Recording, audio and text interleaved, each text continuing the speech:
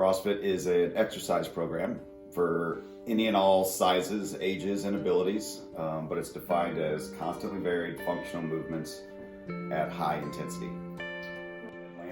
Owner of BarX CrossFit and a level 3 CrossFit trainer. My name is Bob Portel. I am an adaptive CrossFit coach here at BarX CrossFit. I'm Josie Portel. I'm 14 years old and I've been doing adaptive CrossFit for 5 years. Adaptive CrossFit is CrossFit for people with disabilities. But what it is we take the workouts that are programmed every day and we adapt it so that anybody with a disability is able to participate in the program.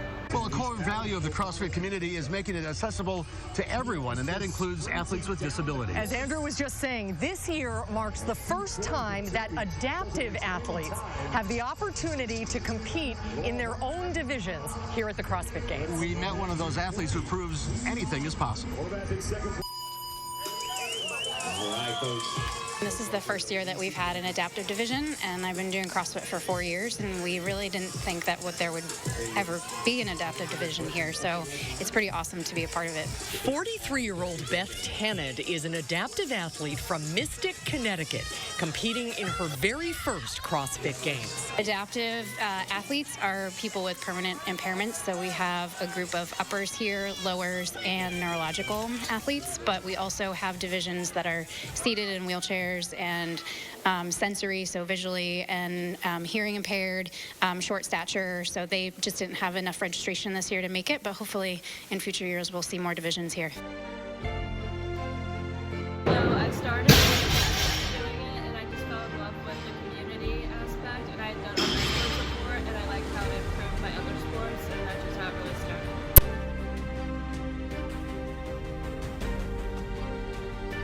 In my opinion, it's the best physical exercise program ever created. It incorporates any and every movement that we would ever need out in the functional world: weightlifting, cardiovascular, bodyweight gymnastics. So physically, it is a well-rounded exercise program. Anything that you do physically can help you mentally. So the better you feel, the healthier you are, the stronger you feel, makes you feel better about yourself.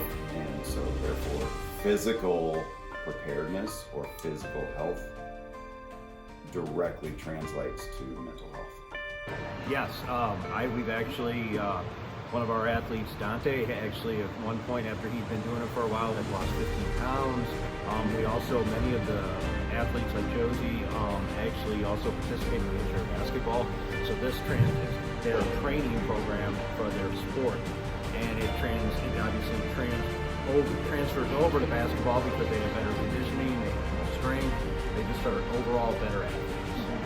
Mentally, it's a good escape when I work out, and you get to hang out with friends too in the community. And physically, helps me stay in shape, but it also helps my other sport, basketball, with the conditioning and stuff. Absolutely. If you really think about it, we're all adaptive CrossFit, or we're all adaptive athletes at some level, right? And every one of us has some adaptation to make when we're exercising.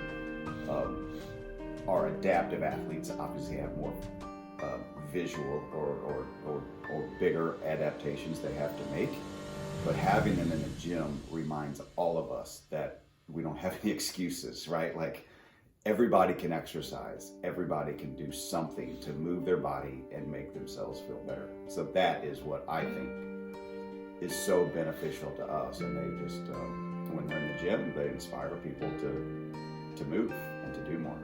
I do think BarX has benefited from it, but I also feel that our adaptive athletes have also benefited from it. I think it's been a mutual benefit from both. I think as far as with BarX, it has such a good community already, and then to be able even to bring other athletes in, I think it's been great in that aspect. And then BarX opening the doors to an adaptive CrossFit has now given athletes with disabilities responsibility to come in.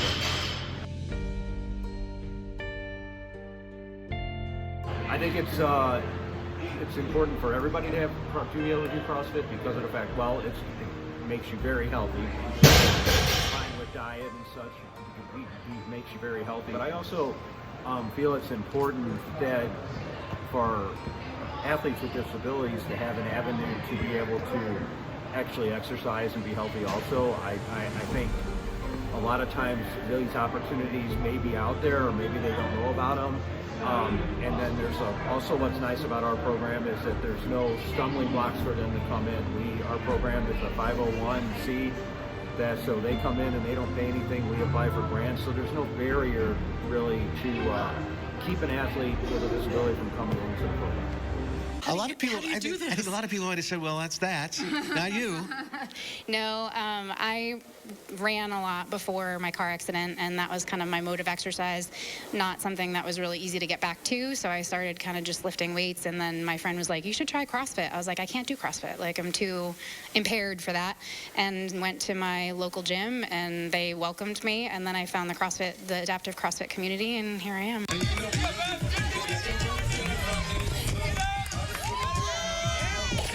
Beth says the CrossFit community saved her life by giving her no excuses to stop moving. There's a gentleman that does a lot of programming for us. His name is Chris Stoutenberg. He lives in Canada, and pretty much, whatever your impairment is, he doesn't care. He's like, you can figure out a way, and we'll figure out a way. So just made me realize how much your mind puts limitations on you, and how your physical body is able to do a lot more than you think.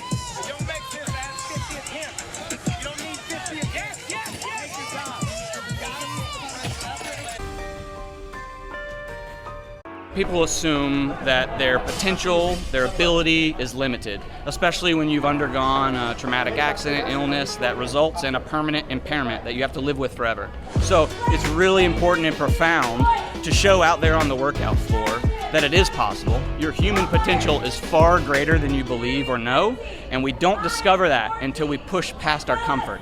So what I encourage folks to do is get comfortable being uncomfortable, pursue something that's a little bit scary, and recognize that you have way more human potential than you ever realized. And once you recognize that, you want that again. I hope to do well. I want to be on the podium. It would be awesome to win. But what's more important to me is the impact that it has outside of this event. The ability for folks at home who aren't able to be here to recognize they're far more capable than they believe, to recognize that there's a platform for them and that they can pursue this new goal, this new dream, this new desire.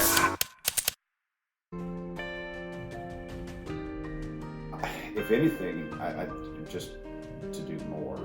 I think the one thing that it's a great program. We've got great people in place, very, very qualified trainers. If anything, we need just more outreach, to reach out to more people, to get more involved. That's probably the number one thing we could do more of. There's always more certifications and more training to do, I think we're in a pretty good place. But it would just be nice to reach out to more folks. I think that you can always improve, but I think we've done quite well. I guess we started in 2018, so we're in our 4th year. We've kind of evolved, and I think we've used the word, me and Ed and everybody, we wanted to organically evolve, and I feel it probably has done that. So there's always room for improvement, but right now I think we're doing quite well where we're at it. Just try it, see if you like it, because you never know.